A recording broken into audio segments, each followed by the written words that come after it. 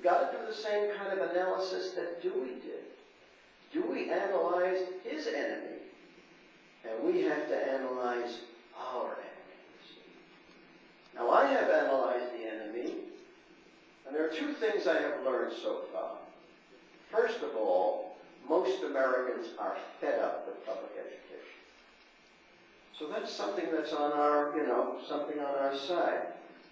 The public educators, the educational leaders, the NEA, has very little support.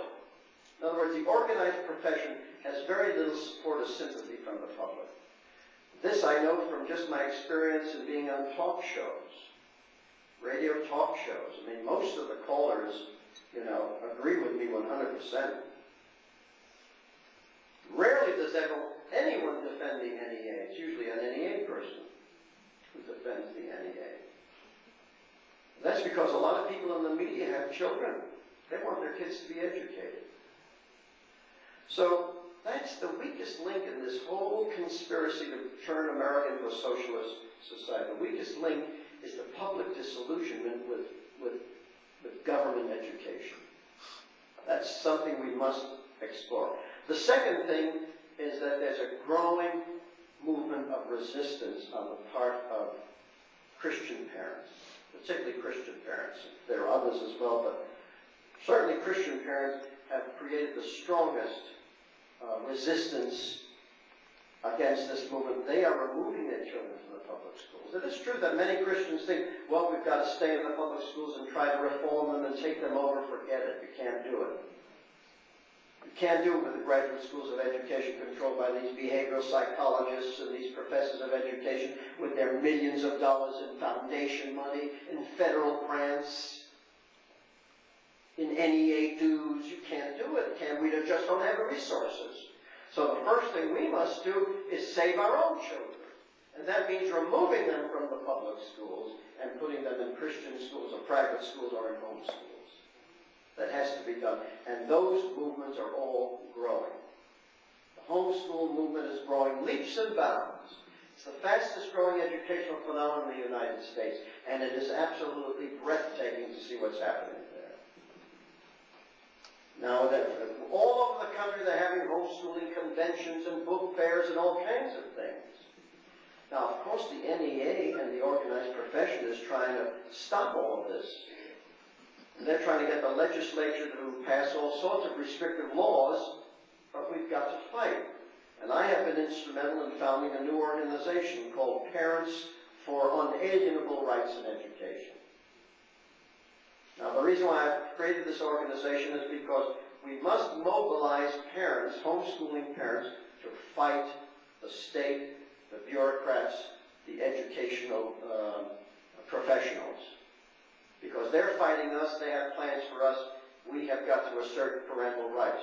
You see, if we want to defend our Constitution, and that's what this organization is all about, defending the Constitution, you've got to defend the idea of parental rights. Who owns the children? Parents or the state? The state believes otherwise. John Dewey believed otherwise. He believed that he could do anything with your children he wanted. And that's the way the humanists believe today. They could take your children and turn them into, as you've seen, zombies if they want to. That's how they feel about it. And so parents must begin a movement to take back their children, take back their rights, assert their unalienable rights. You see, the Bible commands parents to take control of their children's education, to educate their children. That's a biblical command. And anything that God commands, you don't need permission from the state to do.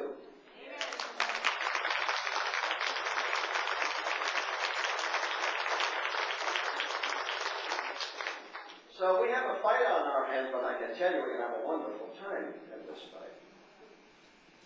As a matter of fact, in our organization, which uses the acronym PURE, we're going to use the cherry pie as our symbol. See, and we're creating National Home Education Week, the first week of May of every year. And we will have our families visit the state legislators and give them cherry pies every year, so that they will know what kind of an organization we are and what parents are about and what children are about. So we've got a tremendous fight on our hands, but we're going to do it in a very joyous way. Yes, some people may have to go to jail. Nobody wants to go to jail, but we'll go to jail if we have to. Our vice president, our vice chairman is Sharon Pangolin, and she and her husband spent 132 days in jail in Alabama for the so-called crime of homeschooling. You see, we've got to realize that there's a price to be paid for our freedom. You see, 200 years ago, the Founding Fathers paid a tremendous price. They went through considerable sacrifice and inconvenience to give us this free country. You know, when they wrote the Declaration of Independence, King George had not given them independence in a silver platter. They went through 6 long years of war, bloodshed, suffering, destruction, in order to fulfill that declaration. Now, we're that generation now that's on the battle line. You see, if we don't want to be the last generation to enjoy these freedoms, we're going to have to stand up and fight. We have no choice. History has not given us a choice. History has told us that we're on that line. If we let the state take the children from us and take parental rights, we will have lost. Because that's the difference between a free society and a dictatorship, is who owns the children. Whose children are they? And if you want your children to enjoy the benefits, the heritage of freedom that the Founding Fathers bequeathed us, then you're going to have to make sacrifices and go through considerable inconvenience. And I'm sure you know that, or otherwise you wouldn't be here tonight. You're that kind of people. You're the kind of people that are going to stand in the way of the humanists from steamrolling over this country.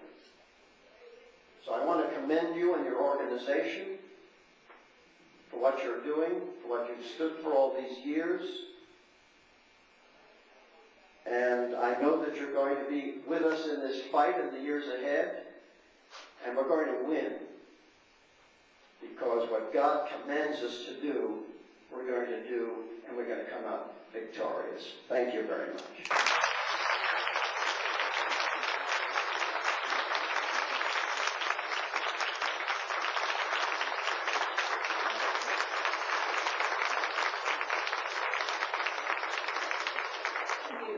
Questions. Since the hour has gotten rather late, I don't know about you, but I feel like I've been through an entire semester here in one evening. It's such a wealth of information, and I know that many of us needed to have the background information he gave to bring us to the point that he did. But let us say this way, if some of you have other commitments and you do need to go, I know that Erdine Schwan had wanted to invite you to a video showing of America, You're Too Young to Die. It's a tape we've talked about, a videotape, but she has it set up in your room. If some of you want to slip off and see her, that you might need to start that. I know that some of you will have some questions, but if the others have other places to go, why please feel free to go ahead. It will not bother Dr. Blumenfeld, but he is happy to take questions at this time. Yes, ma'am. You're quite familiar with the McGuffey readers, and I keep seeing advertisements in the conservative periodicals. I have a set myself for it. And are they receiving wide distribution? Do you know if any private schools are using them? Oh, yes. Yeah. A lot of Christian schools are using McGuffey readers, a lot of homeschoolers. They're making quite a comeback. They're wonderful books. Wonderful books. Yes, they teach moral values. That's right. They teach moral values, and that's very important. Yes, ma'am. How does your phonics reading work on someone, say, at 18 years old and can't read? Poor reader, if they started over with that and they have fairly good success? Yes, if they're an 18-year-old who is a poor reader who has been taught by Look Say, then what I do, and I've been training youngsters, I developed my alphaphonics book for the purpose of retraining Look Say readers into phonetic readers. And so what I do is first I teach them, I have them go through the entire alphabetic system in the alphaphonics book. Now once they've gained that phonetic knowledge, then we must apply it. And that means breaking all the old habits that they've acquired over the years. And as I said, you have to have them read aloud next to you in your tutoring sessions. And then you've got to stop them whenever they make an error. For example, if they leave out a word, or if they put in a word, you've got to stop them and make them aware of the errors they are making. You see, most of the time they're not aware of the errors they make. So you have to stop them and make sure they become aware of their errors. Then they've got to apply their phonetic knowledge to the words they don't know. For example, they come across a new big word, you break it up into syllables, and you have them sound out the syllables, and you can put these words into a blank notebook so that they accumulate a vocabulary list, and then you go over this vocabulary list frequently so that they become familiar with these words, because suddenly they will be reading words that they never saw before, never heard before, and before you can know the meaning of a word, you want to be able to say it or hear it. So that's important. And it can take some time, depending on how often you tutor, whether it's a half hour a day or an hour a week. It took me a couple of years to change a sight reader into a phonetic reader. What about their self-esteem and how do you handle it? How do you feel about themselves while they're doing it? Well, motivation is very important. There are some kids who have been so badly damaged that just the sight of words, turns them off. And so you've got to prove that they can learn very well, and since my book is very systematic and very simple, they usually see how different it is from what they've had before, and it usually works. But I must say I had one youngster who was very difficult, very recalcitrant, and that's because it was a real ego problem. Simply could not get by that ego of his. He would not do what I wanted him to do. He was just too, I don't know, he felt it was like an insult to him.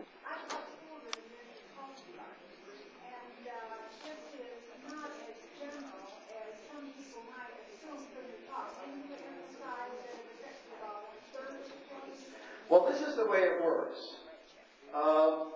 Now, during the period when they made the switch, there were a lot of very good teachers who considered the look-say method to be total nonsense and taught what was known as bootleg phonics. In other words, they just keep on teaching. They would use the Dick and Jane books, but they would teach phonics anyway, you see. So they helped a lot of children learn to read. But I was told by a school teacher from California, who was told by her professor that 1/3 of the children would not learn to read at all. A second third would become passable readers, and only 1/3 would become proficient readers. Now, the proficient reader usually was a person who had been taught at home, or had a photographic memory, or could figure it out for himself or herself, that sort of thing. But this method of teaching reading never really produces high literacy. Well, I couldn't speak to that. I just feel an obligation to say that as a teacher during those years in Nebraska, I felt no pressure to add here to a certain method of teaching reading. The whole emphasis on was on did I teach reading? Yeah. Oh yes, listen, if you're taught to teach this way at a teacher's college, there's no particular pressure. That's the way you've been taught to teach. And you're given the books, and you've got them there, and you've got all the materials, and you teach that way. There's no particular pressure to do it.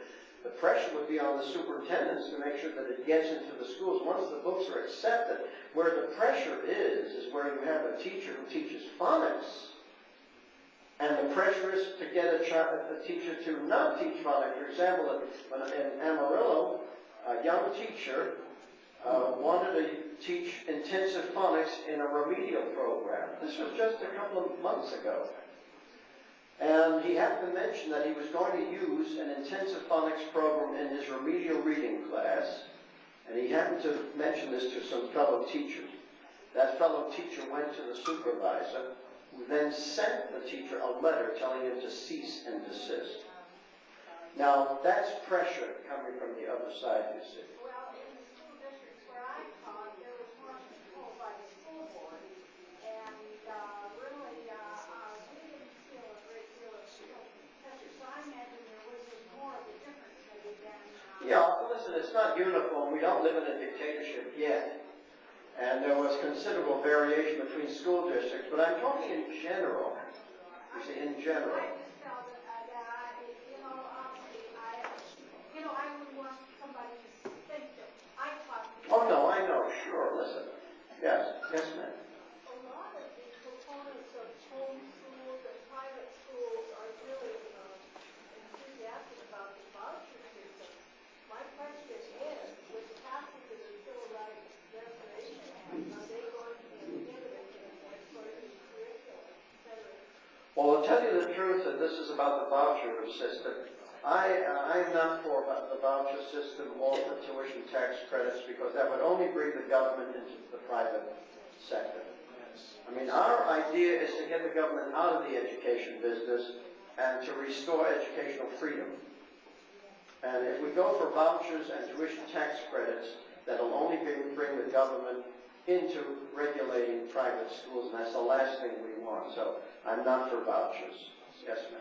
Would you care to discuss the new math and how it discuss arithmetic rate, math rate? Yes, the new math. They had a whole program on destroying arithmetic in this country.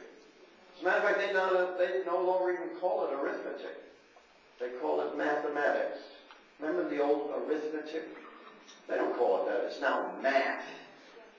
And what they've done is they've submerged arithmetic into some bigger thing called math, and they teach set theory and all kinds of strange nonsense, which makes no sense to kids or even their parents. So they did a good job in destroying the children's ability to even, do simple arithmetic. You see, the progressives, the way the progressives get what they want is by saying, oh, you don't want rote learning.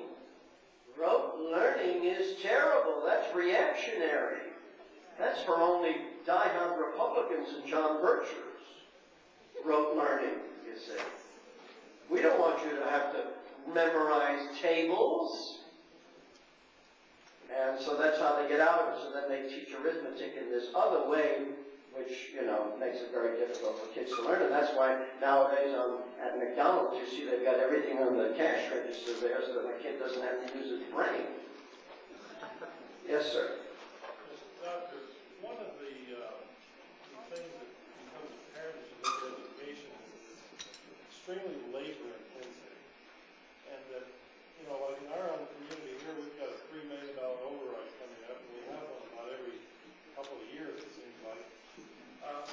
What is the progress that's been done towards using computers to teach students and the elimination of teachers in some classes? Because the classes, could be standardized, and you don't need a teacher to inject their own personal feelings about a subject. Well, you know what they say about computers? Garbage in, garbage out. So you have to know what's in the computer. Not all computer programs are, I would recommend. There's one computer program that teaches kids to read by a totally phonetic method so that if they, the word love is spelled L-U-V. And if the child spells it L-O-V-E, he's marked wrong. You see, I've seen that's such a program, an IBM program that was being used in a school. I was shocked to find that the child would be marked wrong for spelling the word right. That sort of thing. So just having computers is not enough. And whether or not it's labor intensive or not, the reason why the schools have become so expensive is because special education is expensive.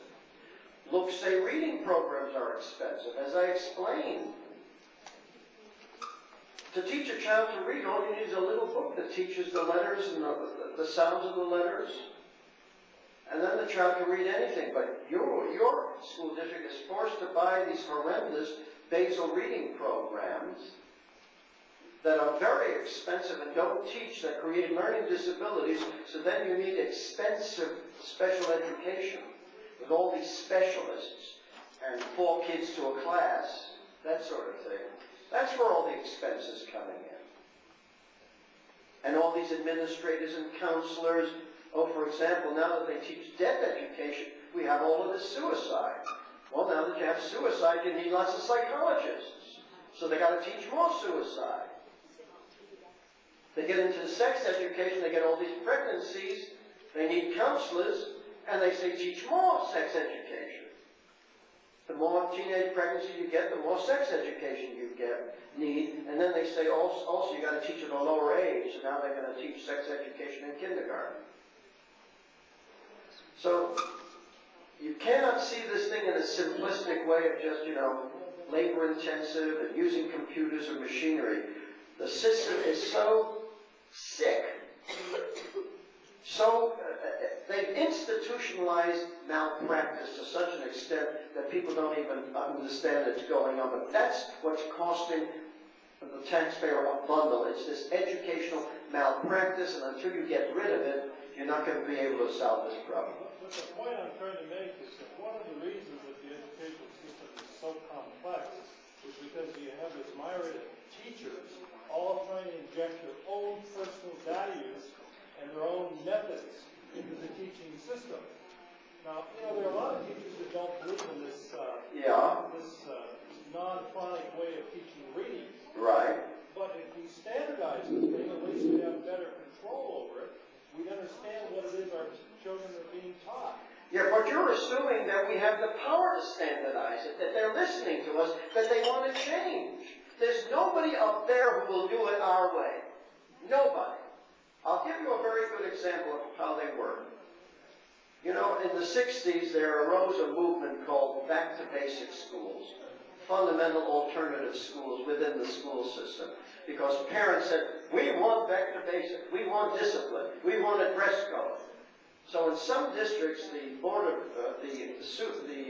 school board got so sick of listening to the parents, they said, okay, we will give you your back to basic school. So they would set aside some rundown school in the district, which they had earmarked for destruction, and they'd clean it up, and they'd say, here's your back to basic school, and they'd get a few teachers who would volunteer, who wanted it, and so the kids, then they'd have a long waiting list to get into the school. They'd have a dress code, they'd have discipline, they'd teach reading, writing, and arithmetic, and that school would exist there until the parents whose children had been in that school no longer lived there anymore, or the kids had graduated or gone on, and there was no longer that pressure, and then they would reintegrate that back to basic school back into their stupid, messy, ridiculous system. So in other words, they know how to do the right thing when they are forced to do it, and in certain instances, they have been forced to do it, just to placate the parents. But they do it very reluctantly. And what I am saying is that Christians do not have the energy and the money and the time to constantly try to get these people to do what we want them to do. They're not going to do it. They will sabotage it at every level, you can imagine. And so that's why I'm saying there's not much we can do with those public schools, but we can control our own schools. We can control the education of our own children. Let's take care of that. We'll offer suggestions. I mean, they can hear me. They can read my books. What do you have to do with them? Bludgeon them over the head? You have to cut their purse strings. That's it. Exactly. And so what I'm telling Christians is, first take your kids out, and then once you've got your kids out, then remove your financial support. Now, how can you do that? Well, once your kids are no longer in the public schools, you can go to court in a class action suit and say, hey, it's unconstitutional to force Christians to support atheist education. After all, the atheists are not forced to support Christian education. Why should Christians be forced to support atheist education? And then you can begin a process of defunding. But that's the only strategy that will work. The idea that you can get them to adopt your standardized way of doing things, they've known that just as in 1955, they knew that phonics worked better than looks say. Well, how come in 1988 they still aren't teaching intensive phonics? Because They are determined to lead us into that socialist utopia. And there's nothing that will deter them from that, short of a revolution by the parents of this country. Yes, ma'am. If federally financed daycare centers become a reality, how do you think it will affect education? Well, they'll just perform their prefrontal lobotomies earlier on these kids, that's all. It's just going to put the kids in their hands earlier so they can ruin them earlier. That's about it. Yes, ma'am. You referred to the Soviet American education tree. Yeah. What is it? I don't know anything about it. Well, it's an agreement that was made in Geneva with Secretary Schultz and the Soviets for mutual exchange of computers, rewriting textbooks,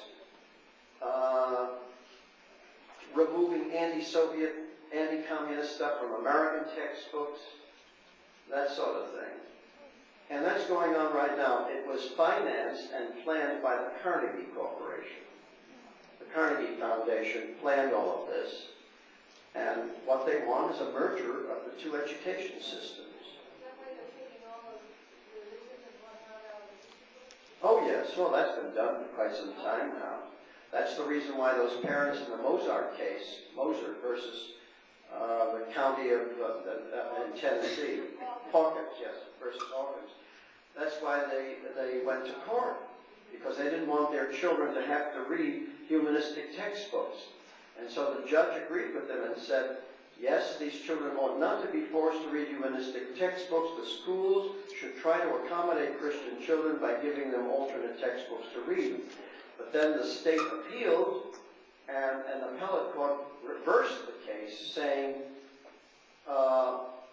listen, if the school board wants these kids to read humanist books, they'll have to read them. The school board is entitled to say, my way or hit the highway. Isn't that interesting?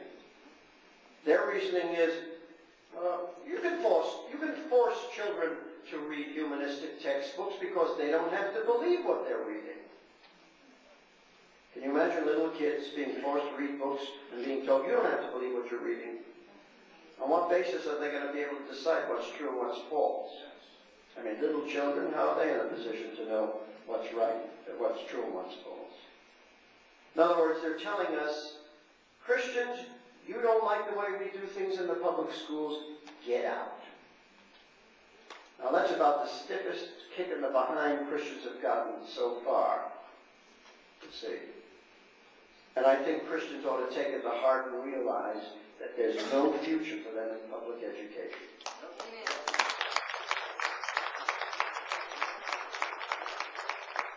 I mean, if they kick us out, well, they gave us our walking papers. Why are we begging them? Why do we want them? We don't even need those horrible public schools with their death education and sex education and AIDS education and values clarification and sensitivity training and situational ethics and multiculturalism and globalism. Who needs that? You put your child in a public school and if he manages to come out a human, you're lucky. Well, college education is a problem, but hopefully if your child has been given a good Christian education, he'll understand what he's up against in the colleges. There are some good, decent colleges in America. There's Hillsdale in Michigan. There's Grove City College in Pennsylvania. There's Pensacola Christian College in Pensacola, Florida. There's Christian Liberty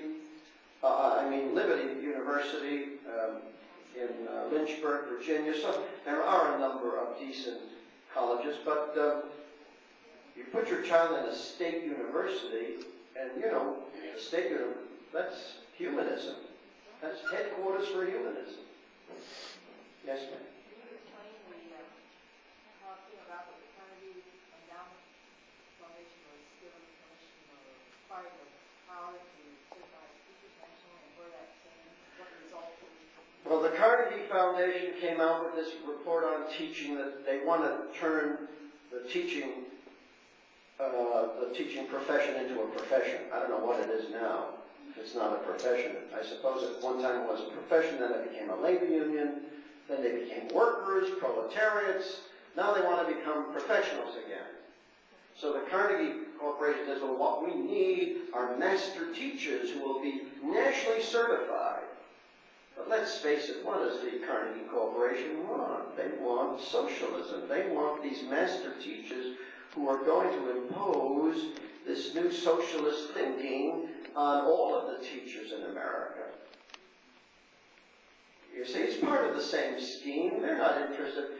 You know, when I ever read any of these reports, these reform reports, and I read as many of them as I can, they never mention anything about the way they teach reading. They never suggest or advance any change in the way they're doing things in grades 1, 2, and 3, and that's where all the damage is done. Even our good friend William Bennett, all of his recommendations were on high school, how to improve high school. Now, I met Bill Bennett at a meeting, and I said, look, the biggest problem we have in American education today is the way they teach reading. And I said, I'll be very glad to be of assistance to you should you ever need me. He hasn't called yet. I was seated next to Everett Koop, Surgeon General of the United States, at a luncheon. He was there and I was right next to him.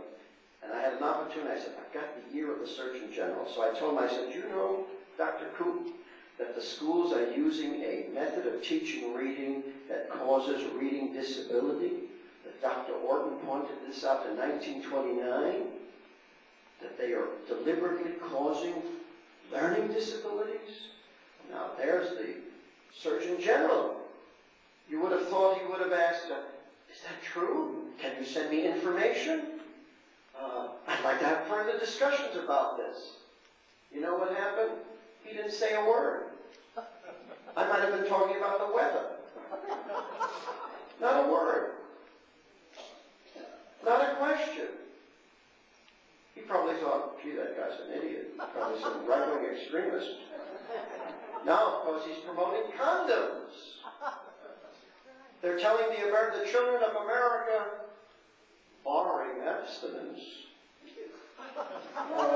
a condom is your best protection against AIDS. Barring abstinence. Most kids don't even know what barring abstinence means. Barring? What does that have to do with a bar somewhere?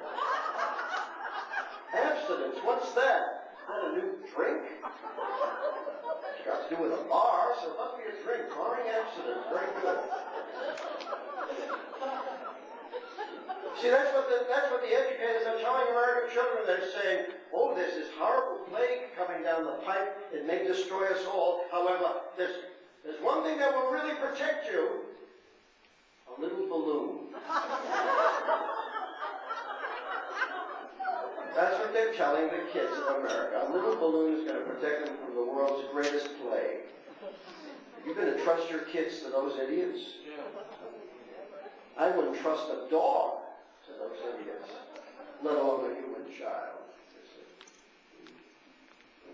Yes, ma'am. Is that, you mentioned the class action suit about atheists supporting Christian schools and Christian Yeah, schools. right. Is that happening, and should we... It hasn't happened yet. I'm waiting for some Christians to get together. Is that a real viable... Of course it is. Who should... Isn't it? I mean, don't you think it's unconstitutional to force Christians to support atheist education? Can anybody decide to do that? Sure. Anybody. Anybody who wants to get together a group of people, get a lawyer, and get a lawyer who believes what you believe. The problem with a lot of lawyers is they don't believe anything. You see, that's the problem with our lawyers these days, is they're part of the system. So you've got to find a good Christian lawyer who understands what has to be done, you see. But go to it. I give out these suggestions, these ideas. Any further questions? Yes, sir. Are there any statistics available on the correlation between functional illiteracy and crime in our country? Well, there's no doubt about it that functional literacy does have an effect on delinquency because there have been studies that show a correlation.